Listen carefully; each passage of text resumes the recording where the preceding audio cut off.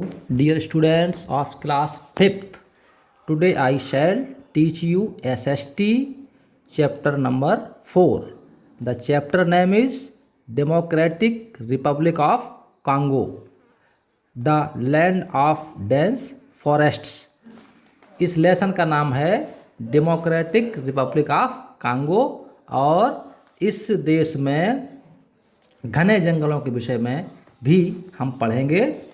To understand the influence of climate on the human and vegetative life in different climatic zones we need to cite examples of countries that lies in those zones. तो मनुष्य के जीवन पर या वनस्पतियों के जीवन पर जलवायु का प्रभाव अगर हमें समझना है तो सबसे पहले हमें ये समझना होगा कि वह क्षेत्र किस क्लाइमेटिक जोन में आता है और हमें ये भी आवश्यकता होगी कि वो देश उन देशों को हम उदाहरण के तौर पर लेंगे जो उस जोन में आते हैं। तो आगे पढ़ेंगे। To start with we shall discuss the democratic Republic of Congo that lies in the equatorial region. तो सबसे पहले हम स्टार्ट करने से पहले ये डिस्कस करेंगे किस देश पर। इस देश का नाम है डेमोक्रेटिक रिपब्लिक ऑफ कांगो। ये देश जो है वो विषुवत रेखा पर स्थित है। तो सब इस देश के विषय में जानकारी हम करेंगे। तो लोकेशन के विषय में देखते हैं। लोकेशन का मतलब स्थिति देखेंगे कि ये देश कहाँ पर है और इसकी क्या स्थिति है।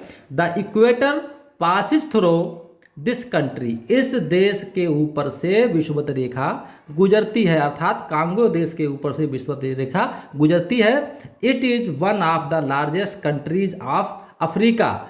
ये कांगो देश जो है वो अफ्रीका कॉन्टिनेंट के सबसे बड़े देशों में से एक है। And has an area of about 23.5 lakh square kilometres. और इसका जो क्षेत्र पर है वो लगभग 23.5 लाख वर्ग किलोमीटर है। The democratic Republic of Congo is located in central Africa. ये जो कांगो देश जो है वो अफ्रीका कॉन्टिनेंट के बिल्कुल मध्य में स्थित है। And is surrounded by land on all sides. और वो चारों तरफ यानी हर साइड से भूमि से घिरा हुआ है। This is why it is also called a land locked country. इसलिए इस देश को लैंड लॉक्ड कंट्री भी कहते हैं। It is surrounded by 9 countries. ये 9 देश, इसकी सीमा पर 9 देश स्थित हैं। दे आर, उन देशों के नाम हैं Angola, Zambia, Tanzania, Burundi, Rwanda, Uganda, South Sudan, Central Africa, African Republic and Congo. ये देश इसकी सीमाओं पर पाए जाते हैं। Do you know South Sudan came into existence on 9 July 2011। South Sudan अपने अस्तित्व में 9 जुलाई 2011 को आया। Earlier it was a part of Sudan. प्राचीन काल में शुरुआत में ये सूडान का ही भाग था। It is the 54th country of Africa. ये अफ्रीका का 54वां देश है। The Congo river flows in the central part. Congo देश के मध्य भाग में कांगो नदी बहती है। Which is surrounded by mountains and plateaus. ये पठार और पहाड़ों से घिरी हुई है। It cuts the equator twice. और विषुवत रेखा 2 बार काटती है। इट कट्स, ये काटती है द इक्वेटर ट्वाइस, इक्वेटर को 2 बार काटती है। Towards north east lies Ruwenzori mountains. इसके उत्तरी पूर्वी तरफ रेंजोरी नाम की पहाड़ियाँ स्थित हैं। Note the location of major lakes along its eastern boundary. इसकी पूर्वी बाउंड्री पर बहुत सी प्रमुख झीलें स्थित हैं। दीज लेक्स आर, इन झीलों के नाम हैं lake Albert, lake Edward, lake Kivu and lake Tanganyika, ये झीलें हैं जो इसकी पूरी बाउंड्री पर पाई जाती हैं। Do you know the Congo river is the second largest river of Africa? क्या आप जानते हैं कि अफ्रीका की दूसरे नंबर की सबसे बड़ी नदी कांगो नदी है? और the longest river is the Nile, और नील नदी सबसे बड़ी नदी है, बल्कि नील नदी को जो है विश्व की सबसे बड़ी नदी माना जाता है। क्लाइमेट, जलवायु किस प्रकार की पाई जाती है यहाँ पर? The climate of Congo is tropical, यहाँ की जलवायु जो कैसी है वो विषुवत रेखी जलवायु पाई जाती है। Heavy rains occur almost daily, यहाँ पर प्रतिदिन भारी वर्षा होती है। The main features of tropical climate are, जो ट्रॉपिकल क्लाइमेट यानी विषुवत रेखीय जलवायु की जो मुख्य विशेषताएं होती हैं वो यहाँ पर नीचे दी जा रही हैं। तो पहली विशेषता है rains throughout the year, वर्षा पूरे साल भर लगातार होती है। Second point, high temperature throughout the year, पूरे वर्ष भर उच्च तापमान रहता है। थर्ड पॉइंट, हाई ह्यूमिडिटी, मतलब आर्द्रता भी अधिक रहती है। हॉट एंड ह्यूमिड क्लाइमेट, यहाँ की जलवायु कैसी है? गर्म और शुष्क और नम जलवायु यहाँ पर पाई जाती है। अनकंफर्टेबल डे टाइम, यहाँ का जो दिन होता है वो प्रतिकूल होता है, अनुकूल नहीं होता है। और लास्ट पॉइंट इसका, कंफर्टेबली प्लीजेंट्स इवनिंग्स, दिन की अपेक्षाकृत जो शाम होती है वो सुहावनी होती है। एंड नाइट्स, यहाँ की रातें और शाम दिन की अपेक्षा सुहावने होते हैं। Congo has not and wet climate, Congo has hot and wet climate, Congo की जलवायु जो है वो गर्म और नम जलवायु यहाँ पर पाई जाती है थ्रू आउट द ईयर, पूरे वर्ष भर। Rainfall across all the year round and it called the convectional rains, यहाँ पूरे साल भर वर्षा होती है चक्रों में, और इस वर्षा को हम संवहनीय वर्षा कहते हैं। It Reigns in the afternoon, यहाँ की जो वर्षा है वो दोपहर के बाद होती है, क्योंकि after the scorching heat of the mid day, दोपहर के बाद सूर्य की जो झुलसाने वाली किरणें हैं उनसे गर्मी बहुत ज़्यादा हो जाती है, और गर्मी के बाद तुरंत बारिश होती है। वेजिटेशन, यहाँ पर किस प्रकार की वनस्पतियाँ पाई जाती हैं? This region has thick evergreen forest, इस क्षेत्र में बहुत घने जंगल पाए जाते हैं। Trees are tall and hard wooded, यहाँ के जो पेड़ होते हैं वो बहुत लंबे होते हैं, उनकी लकड़ी बहुत कठोर होती है। दीज फॉरेस्ट आर अनइकोनॉमिकल, यहाँ के जो जंगल हैं वो आर्थिक दृष्टि से अनुकूल नहीं हैं, क्योंकि because of the thick under growth of buses, घने जंगलों में बहुत इनकी जड़ें झाड़ियों की बहुत नीचे जाती हैं, ऐसी झाड़ियाँ होती हैं, कटीली झाड़ियाँ पाई जाती हैं। And shrubs, ebony, mahogany and rubber are useful trees of these forest, केवल 3 पेड़ ऐसे हैं जो बहुत यूजफुल होते हैं, इनका नाम है इवोनी, महोगनी और रबड़, ये बहुत ही उपयोगी पेड़ है जो इन जंगलों में पाए जाते हैं। Surrounding the evergreen forests are the grasslands, इन जंगलों के आसपास बहुत घास के मैदान पाए जाते हैं। विद शॉर्ट्स ट्रीज, जिनमें कि छोटे छोटे पेड़ भी होते हैं और बहुत बड़ी बड़ी घास पाई जाती है। Here the climate is not so hot and wet, और यहाँ की जो क्लाइमेट होती है घास के मैदानों की वो ना ज़्यादा गर्म होती है और ना ज़्यादा नम होती है। These grasslands are called the savannas, और इन घास के मैदानों को हम सवाना कहते हैं।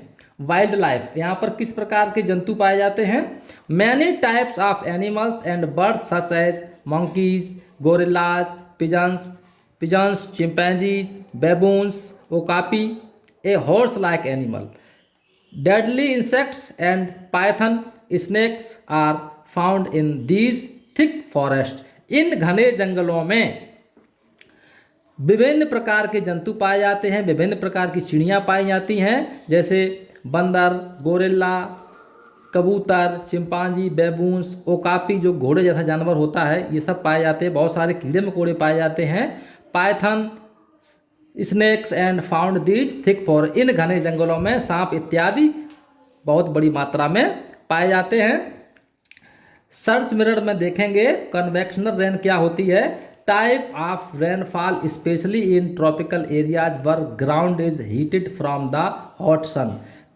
कन्वेक्शनल जो वर्षा होती है ये वर्षा का एक प्रकार है, स्पेशली विषुवत रेखी क्षेत्रों में ये वर्षा पाई जाती है। ये वर्षा घूम घूम के होती है और विशेष तौर से सूर्य की गर्मी से जब जमीन गर्म हो जाती है उसके बाद ये वर्षा होती है, इसलिए इसे कन्वेक्शनल रेन कहते हैं। और मार्शी का मतलब होता है सॉफ्ट एंड वाटरी, मतलब यहाँ पर यहाँ की जो मिट्टी होती है वो बहुत मुलायम होती है और पानी युक्त होती है, इसको हम दलदल भी कहते हैं। आगे बढ़ेंगे। Marshy areas are the homes to elephants, rhinoceroses and hippopotamuses. जो दलदली इलाका है उस इलाके में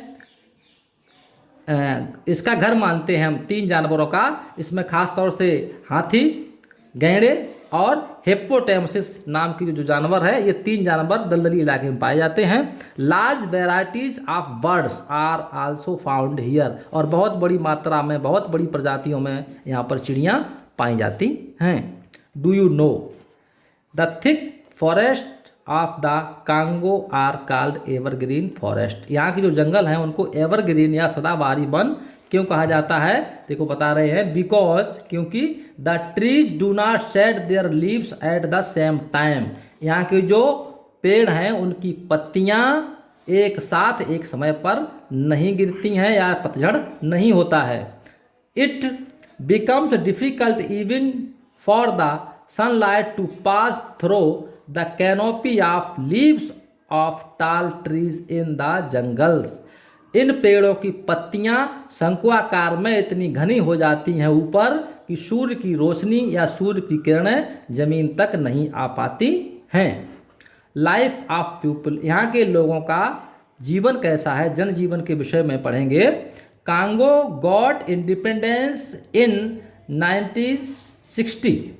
सन 1960 में कांगो देश को आज़ादी प्राप्त हो गई। एंड इज थिनी पॉपुलेटेड, यहाँ की जनसंख्या विरल है, यानी बहुत कम जनसंख्या पाई जाती है। 3.6 मिलियन पीपल, इस देश की आबादी 3.6 बिलियन है। The climatic conditions are not favourable here, यहाँ की जो जलवायु की दशाएं हैं वो लोगों के जनजीवन के लिए अनुकूल नहीं हैं। The people living in this region have the struggle hard for a living, यहाँ के जो लोग हैं अपना जीवन यापन करने के लिए बहुत कड़ा संघर्ष करते हैं। The majority of them are Bantu, बहुत बड़ी मात्रा में बेंटू नाम की जाति इन्हें पाई जाती जो कि निग्रोज होते हैं।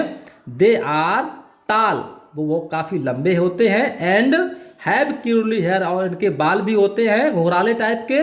And live in A traditional way, और एक व्यापारिक दृष्टि से ये लोग कार्य करते हैं, यहाँ पे रहते हैं। दे स्पीक्स द बेंटू लैंग्वेज, और ये बेंटू नाम की भाषा बोलते हैं। एंड इंजॉय, और आनंद लेते हैं म्यूजिक एंड डांस, ये संगीत और नृत्य का आनंद लेते हैं। People living in the Congo बेसन आर कॉल्ड पिग्मीज, जो कांगो नदी के बेसिन में लोग रहते हैं उन्हें हम पिग्मीज कहते हैं। They are short in height, ये लंबाई में छोटे होते हैं। And live in temporary huts, और अस्थायी झोपड़ियों में अपना निवास करते हैं। Most of the huts are built on trees और ऑन पोल्स, ये जो झोपड़ियां हैं वो ज़्यादातर पेड़ों पर बनाई जाती हैं या ऊंचे इलाकों में बनाई जाती हैं, क्योंकि because the ground is wet, यहाँ की जो ज़मीन है वो बहुत नम होती है। एंड मार्शी, और दलदली होती है, चिकनी और मिट्टी और पानी होता है, तो ऐसी भूमि पर ये अपनी झोपड़ी नहीं बनाते हैं, ऊंचे स्थान पर ही बनाते हैं या पेड़ों पर बनाते हैं। They move from one place to another place in search of food, वे भोजन की तलाश में एक स्थान से दूसरे स्थान को मारे मारे घूमते रहते हैं। Hunting and gathering food is their main occupation, इनका मुख्य कार्य है, मुख्य व्यवसाय हंट शिकार करना और मारा मारा घूमना, घुमंतु जीवन आज भी जीते हैं। They lead A primitive life, जिस प्रकार से आदि मानव रहता था उसी कंडीशन में आज भी ये लोग रहते हैं। This country is very rich in water resources, इस देश में अर्थात कांगो में पानी के संसाधन बहुत बड़ी मात्रा में पाए जाते हैं, but they are yet to be developed, लेकिन इनको आज भी विकसित करने की आवश्यकता है। अविकसित रूप में यहाँ पे पानी के संसाधन पाए जाते हैं। मिनरल्स या खनिज, the Congo is rich in natural resources, Congo देश जो है वो प्राकृतिक जो खनिज हैं इनमें बहुत धनी है, क्योंकि यहाँ पर cobalt, bauxite, cadmium, copper, petroleum, diamond, gold, zinc, iron, manganese, uranium, silver, radium and coal are the main minerals found here. उपरोक्त जो ऊपर को बताए गए आपको cobalt, bauxite, cadmium, copper, petroleum, diamond, gold, zinc, iron, manganese, uranium, silver, radium और कोयला मुख्य रूप से यहाँ पर खनिज के रूप में पाया जाता है।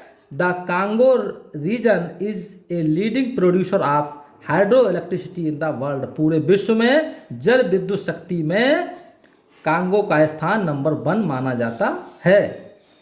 ऑक्यूपेशन, यहाँ के लोगों का व्यवसाय क्या है? Farming is the man occupation here, यहाँ का मुख्य व्यवसाय कृषि कार्य करना है। Shifting agriculture is still in practice, आज भी शिफ्टिंग एग्रीकल्चर, आज खेती यहाँ करेंगे कल वहाँ करेंगे, इस टाइप की खेती यहाँ पर पाई जाती है।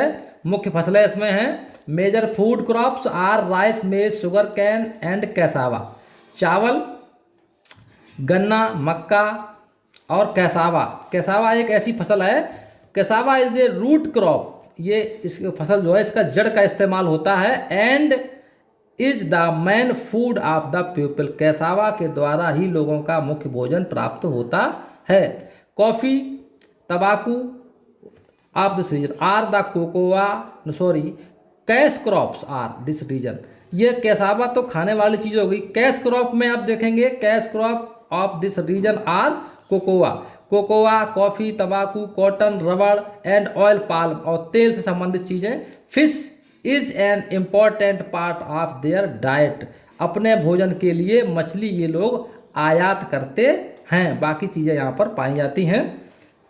सर्च मिरर में देखेंगे प्रिमिटिव का क्या मतलब होता है। अच्छा, ट्रांसपोर्ट देख लो।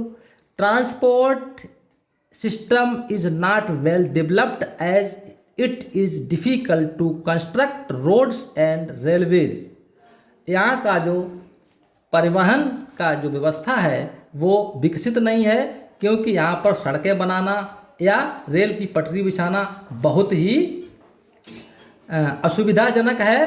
Throw the thick forest and marshy lands, क्योंकि यहाँ पर बहुत घने जंगल पाए जाते हैं और यहाँ की भूमि दलदली पाई जाती है, इसलिए यहाँ पे सड़क बनाना या रेल की पटरी बिछाना बहुत ही मुश्किल कार्य है। Water transport is an important means, water transport जो है पानी का जो संसाधन है आने जाने का वो बहुत ही महत्व रखता है यहाँ पर। आफ्टर इंडिपेंडेंस, आज़ादी के बाद, there has been some development in the transport system, जब ये देश आज़ाद हो गया 1960 के बाद तो यहाँ पर इस वाटर ट्रांसपोर्ट को थोड़ा विकसित किया गया है, इसको थोड़ा डेवलप किया गया है। Air transport is fast becoming popular here, और जो वायु सेवा जो है वो यहाँ पर काफ़ी पॉपुलर या प्रसिद्ध मानी जाती है, क्योंकि मुख्य रूप से ये लोग इसी का इस्तेमाल करते हैं। इम्पॉर्टेंट सिटीज़ एंड टाउन्स, इस यहाँ के जो प्रमुख शहर हैं और प्रमुख कस्बे हैं उनके विषय में पढ़ेंगे। Nearly 30% of the total population lives in the town and cities, पूरी जनसंख्या का 30% जनसंख्या जो है वो नगरों में, कस्बों में और शहरों में रहती है। The largest city is Kinshasa, जो सबसे बड़ा शहर है यहाँ का वो किंशासा है। The capital of the democratic Republic of Congo, जो कि कांगो देश की राजधानी है। It is situated in the west of the country, ये किंशासा शहर जो है वो कांगो देश के पश्चिम में स्थित है। Other cities are